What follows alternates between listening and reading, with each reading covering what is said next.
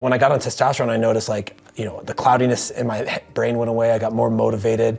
I got more inspired. My sex drive came back, and a lot of the things in my life started to elevate as well. Mm-hmm. But it was a big thing for me, and I'm so glad that I got to go down this point because, if you don't do the blood work underneath the hood, you don't understand what's going on, and everything may feel right. But, I think if I had done my blood work, I wouldn't have had a heart attack. And so to watch you going down this journey as you're just beginning, what I will tell you, at least from my experience, is once they dial this in and figure it out, you're a completely different woman. Yeah, I know.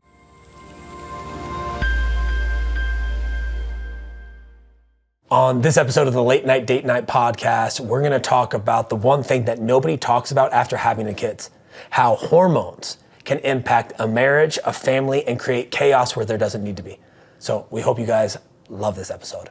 My buddy at the gym the other day was complaining about his wife. They had a kid just a few months ago, and he's talking about how the way that she's showing up in the relationship, like he feels like she's going crazy, and how just like angry she can be at sometimes. And he's like, she's just being a bitch. And I was like, in my mind, I was like, dude, I get it. Mm-hmm. I think a lot of times we talk about the amazing parts about having kids, which it is. It's like the greatest blessing that God has ever given me. Mm-hmm. Like, I'll never forget when you told me that you were pregnant with Luca 2 weeks after we got married. Mm-hmm. And I'll never forget when you told us in the kitchen that you were pregnant with Enzo, even though we just had a miscarriage a few months earlier. And those moments are really, really special to me. And even when I held Luca for the first time or we welcomed Enzo home, like those are just memories that I'll never forget. And I think a lot of people talk about those pieces, like the beautiful parts about it. And I think that's glorified, which it should be because it's amazing. But I think some of the things that aren't discussed is about what happens after the baby comes and things that transpire that ultimately impact the individuals and then impact the relationship, which if they're not addressed will inevitably impact the kids down the road. Mm-hmm. And I think there's a few things that happen that I wasn't even aware of, right? The hormone drop 3 days after a mom comes home from the hospital, or the hormone changes that happen after you stop breastfeeding, or the things that you're gonna have to work through trying to get your body back. But there's one piece that nobody ever talks about, and that's the impact of hormones on the relationship. Now, this is not either one of us, I feel like, blaming hormones for our actions because, well, we're not perfect, but I do believe, in my experience before I got on TRT, that hormones had a big impact on how I showed up. Mm-hmm. And so as you start this journey, like, what got you here? Mm-hmm. Like, how did you become aware of this? Yeah, well, I decided to get my blood work done in January of this year after going to the doctor last year, like 3 different times, because I was just like sleepless. I was having night sweats. I was feeling irritable and just like off in my body, both mentally and physically. And, I went to my primary care doctor and I was like, something's off. Like, can we run some tests or whatever? And, they did a couple things and they were like, well, everything's normal. And I'm like, well, it's not normal because I know what my normal is like, and this is not that. And so I was getting so frustrated. And so finally, you were like, well, you should, explore this company Joy because you work with blokes and it's a, male, female sort of company. And so I got my blood work done with Joy and got, reviewed the results and stuff with the nurse. And she told me everything that was happening in my body. And it just helped like validate how I was feeling and like what I was experiencing. But it also gave me like this solution and this like hope that like I didn't have to like just settle for like these endless night sweats or like the irritability that just never ended, regardless of like adding in a spiritual practice and like meditation and prayer and like, all the things. It's like, just do more to like achieve this peace. And like, eventually I just got to this point where I was just so tired of like feeling like my body was fighting against me that like I had to find something else. Yeah. And I don't feel like it was a shortage of work. Like, I've watched you go to therapy. I've watched you get into the Bible. I've watched you take ownership of a lot of things in your life. But when, you're playing the game and you're playing a man short, like in hockey, or you're getting all the penalties called on you, which means you're kind of like, you're also playing short, it's really hard to get ahead. Yeah. What were some of the things that you experienced like in real time with me and with the kids and with yourself that had you just be like, you know what, fuck this, enough's enough? Yeah. After we had Enzo, you know, we were trying to just be more like physically intimate with each other. And like, you were like, why don't you ever initiate sex? And I was like, well, I mean, I kind of just don't want to, or like, I don't have that like physical drive to have sex with you. Yeah, you turned into a plant. Yeah. You were like, I am an asexual robot. I'm a plant. Who doesn't take care of herself or do anything else. Yeah. I was like, what the fuck? What happened? Yeah. So I was just like disconnected and just didn't want to. And then That was hard on us. it was very hard. Because I always felt like I would be the one to initiate, and either you would reject it, not because you were like, I don't want to. It's like I don't think you had the energy. And then there's also this piece of like when a guy doesn't ever feel pursued by his wife, even though he's planning the date nights and he's doing all of the things, not to check a box just because he cares, and he's still not getting pursued and things aren't being initiated. It's almost like, well, what the fuck? Like, is this ever going to be something where you're going to take the lead? Yeah. And so I think that had a really big impact on us. Just understanding that your hormones were impacting that part of our marriage. And I think a lot of men and women don't understand that what's going on under the hood is going to impact what goes on in the bedroom. Definitely impacted a lot. But yeah, having that like knowledge or insight into seeing like how low my testosterone was, and how that impacted like my sex drive. It's like, oh, it's not just like maybe we're like disconnected spiritually. It's also like my body just doesn't want to. Yeah. But like the first one, we're not disconnected. Yeah. I ChatGPT'd it. I was like, what happens if your wife has low testosterone and she gets on testosterone replacement, which you're not on yet, you're doing some other things. And it was like, this will never replace emotional connection. However, if your wife is emotionally connected to you and she is on testosterone replacement, watch out. I was like, Okay. you know what? You better be careful what you wish for. Like you're not trying to ask Santa for the wrong things. Yeah. So it's like, I'm treading lightly. But I mean, it was interesting to just know that how much your hormone is just impacting a key component of a healthy marriage, which is a healthy sex life. Totally. Yeah. But I do feel like, even just adding DHEA, which is like a hormone precursor or something for testosterone, like adding that has definitely helped things, Yeah, I would agree. Then where else have you noticed this? I mean, one is showing up in our marriage, right? Just from like a sexual standpoint. Yeah. What else did you experience? Just this pure exhaustion. Like before I got my blood work done and, made some changes to take some different supplements to help my body like recover and feel more energized, I would just crash by like 1 p.m. And, Enzo would be down for a nap and Luca would have like some quiet time. Sometimes he would nap. Sometimes, most of the time he doesn't. But I would just like have to sit down on the couch and do some TV time with Luca so I could get like 15 minutes of just like shutting my eyes because I was just so tired. And, as a mom, when I was showing up just like purely exhausted for the second half of the day, it just also led to this like extreme irritability and like mom rage, especially around bedtime, because at that point I can see like the light at the end of the tunnel when I can go to bed and get rest. And so I just like want to race to get there. But even then, after I would put the boys down for bed or whatnot, I would have all of this like guilt and shame and like this wired but tired sort of feeling where I would sit on the couch and try and just like get some quiet time to myself to like reset and like re-energize myself. But really I was just like spending that time thinking about all the things that like I did wrong because I didn't show up this way when I wanted to show up that way. It would just repeat the cycle. And that guilt and shame is heavy. It's the only videos that really get me to tear up on social media is when they show like a kid at like, I'm getting emotional just thinking about it now. They show a kid at like 1 And then fast forward to a kid, it's like 9 years old, same kid. I'm like, bro, this is gonna happen so fast. And you're in there and like, you know, we're putting the kids to bed and we're reading them stories, and you know, your mind will wander to be like, okay, if I can just get them down by 7:15, then I can get to bed early and get some extra sleep. And it's almost like you're rushing through these moments that at some point we're gonna look back on and be like, I can't believe that I was just like, I wasn't present. And so, you know, that guilt and shame that you were feeling, right, a lot of times was, I could see it and I could feel it on you. And, you know, it looked a lot like overwhelm. And it looked a lot like you saying, I don't have enough time. And I realized like you had enough time, but you didn't have enough energy. This is like when fucking social media influencers are like, just get in shape by lifting weights. I'm like, bitch, you're fucking 20. I'm 41 years old. I run a business. I have 2 kids.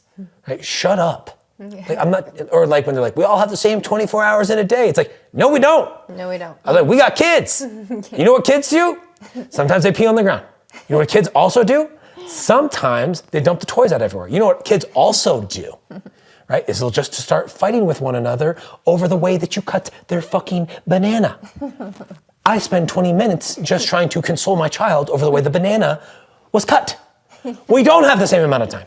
No, we don't. And so when we are rushing through these things and we feel this guilt and shame, it's almost crippling. And when we don't have the energy, it almost feels like, yeah, I have time, but it's in that time, I'm just like in this, what I saw in you was just like this thought spiral. It was like doom scrolling in your own brain through the tabs that you had open of all the shit that you didn't do, and then all the shit that you did that you regretted. Yep, pretty much. Yeah. It's a great way to explain it.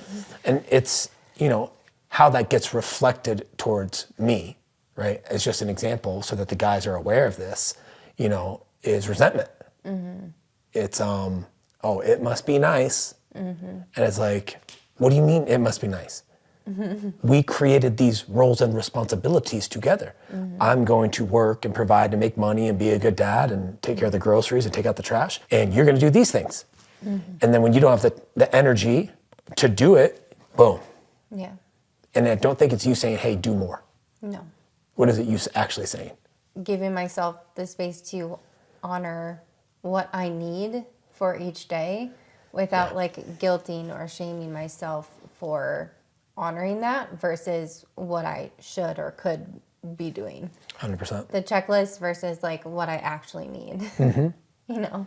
And like if you place your identity in how much you achieve, you will fail when you become a mom. And that is what happened to me. You know, because all of a sudden I had this little human to take care of, and like I was still trying to do all the things that I could do before he was born. You know, when he was in the world, and I was breastfeeding him like every couple hours, and that's just not real. It's not possible. It's just a season, and that's okay.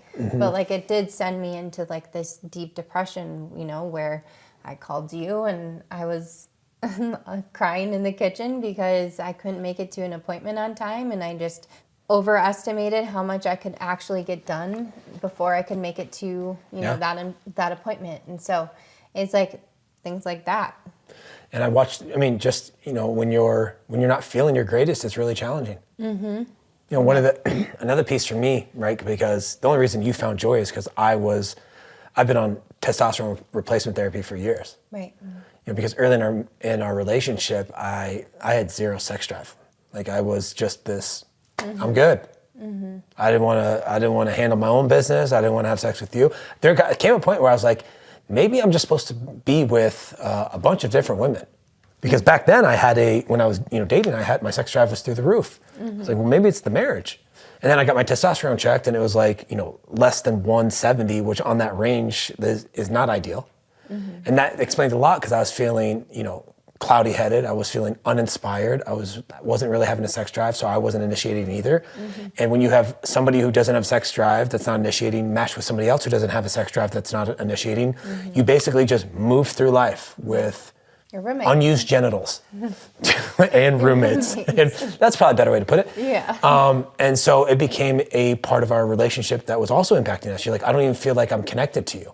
I was like, well, if there's no physical connection, I don't feel emotional connection. And you're like, well, if there's no emotional connection, there's no physical connection. Yeah. Because a woman needs emotional connection before she's physically ready to have sex. And a man gets connected emotionally through physical acts. And so it's just like this stalemate. Yeah. And so when I got on testosterone, I noticed like, you know, the cloudiness in my brain went away. I got more motivated. I got more inspired. My sex drive came back. And a lot of the things in my life started to elevate as well. Only to have it go too high. And then I had estrogen rage, which, boys, like if you get on TRT and that happens, you're gonna have a new empathetic stance on when your wife gets visited by her lady friend, because it is not fun at all. No, I was like, I'm gonna fist fight the Christmas tree. Right? That's how angry I would get. Or I would be like, I would just start yelling at my phone. Broncos games were very challenging to watch, by the way.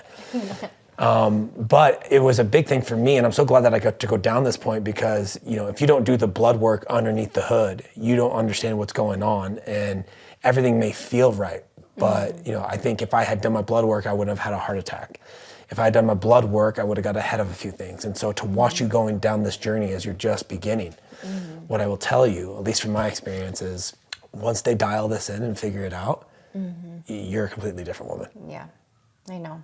And I'm excited for that, because I feel like I've been in like a little bit of a pit, you know, since I got the results of my second blood test this year, back at the end of October. Just like going through this, like these mixed emotions of like depressive and like super happy and everything's fine, back to like depressive, and just like these crazy mood swings that like I can't even like explain, which is just not fun. It's not a fun place to be in. And so I'd wake up and, you know, jump in the shower to get ready for the day before the boys wake up, and like I wash my hair, get out, brush my hair, and look at the hairbrush, and like I have an entire hair brush full of hair, like literally a ball. Well, we know it's not mine. Yeah. So you can't blame me. You know how some wives blame their husband? They're like, that's your hair in the shower drain. I'm like, no, it's not. It's mine.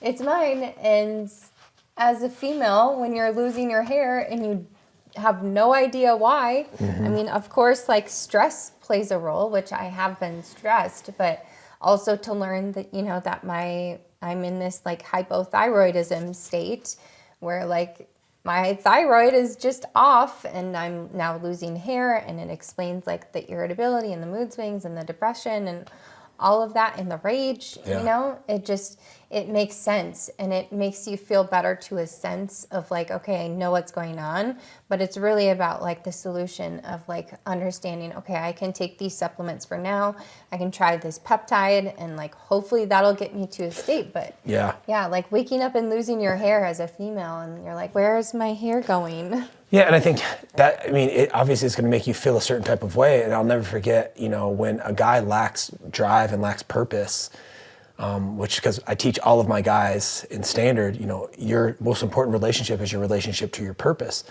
But when your testosterone's low and you're off, like, and you don't have that connection to your purpose, it becomes very depressive. And I remember doctors would try to prescribe me antidepressants. And I was like, you can go fuck yourself. Yeah. I'm not taking that. Yeah. There's no way. There's no way. Right. And the moment that I started to get some of my hormones right, like that completely changed. I like snapped out of it. Yeah. And I'm hoping that happens for me too. I've been prescribed antidepressants, I think 2 or 3 times in my life. Yeah.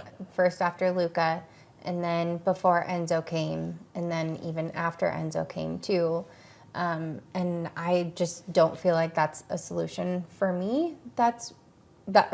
I personally just don't feel like that's a solution that's right for me, because I want to understand the root cause and like do my own healing, whether that be my physical body and my mental and spiritual world as well, so that I can be the best version of myself. And so I just don't want to, I want to get to the root of it. And I feel like, you know, taking the steps to get me in this better state so that I can show up as a better wife or a better mom, you know, that's more like level-headed and calm and doesn't go through like these like just inability to hold the space, for my 3-year-old that's having a hard time, and I just need to be the shepherd to get him through it, versus like the mom that like takes a time out for herself, and sometimes that might be healthy for me to like physically remove myself from the situation. But what I've noticed for myself too is like when I've done that, it has just led him to say these things about himself, and so it's that are really like soul crushing as a mom, to hear him say like, I'm mean, or like I'm bad, and like understand that like that could have been because of the way that I've shown up as a mom to like be completely unavailable because I can't regulate my own emotions. Yeah, and so taking responsibility for this work is critical. Like, nobody's gonna do it for you. You can't blame your children. You can't blame society, none of it. It's like, you just gotta take ownership. And I think one of the most things I'm most grateful for is the team at Blokes and Joy, who have been willing to obviously sit down and have these conversations with us and look at the data and make some recommendations. And then also Carter and Alyssa Rose Montgomery, who are like our coaches as well, both for like, creating these juicy bodies at 41 and 35, but also just being like close friends who are willing to, give us insights and details and have the hard conversations and guide us down a path. And I think like these two separate teams have really encouraged us to do different types of work before we just go to popping another pill, right? And so the reason we're sharing this is like Lizzie's early in her journey, right? I've been on TRT and peptides for a while, and what I will say is like, it may not be for everybody, but it sure as shit worked for me. And I'm excited to see where this goes for you. Yeah. So listen, if you found this episode useful, if you know a couple who's going through it right now and maybe they just need an alternative way to look at things, share this episode with them, right? And at the same time, if you thought this was great, leave us a 5-star review, tell us why. If you think this is absolute dog shit and you hope you never watch this again, also tell us why. Either way, come follow us on Instagram. This is @Lizzie Ray. I'm @Sergio Nazaro. Until next time, take care. Peace.